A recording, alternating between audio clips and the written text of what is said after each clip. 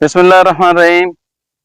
पाकिस्तान के अंदर मौसमियाती तब्दीलियों के नतीजे में बहुत मुश्किल वक्त आ चुका है, जहां पर हमारे बाकी महकमा जात सरसब्ज़ पाकिस्तान करने के हवाले से कोशां हैं।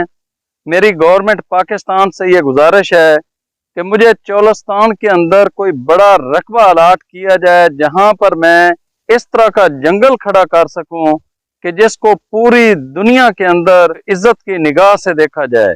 जिस तरीके से मिसालें दी जाती हैं कि फलां मुल्क में मियाँ बीवी ने एक इतने सालों के अंदर जंगल खड़ा कर दिया, या फलां मुल्क में फलां बंदे ने जंगल खड़ा कर दिया, इस तरीके से मैं पाकिस्तान का नाम रोशन करना चाहता हूँ।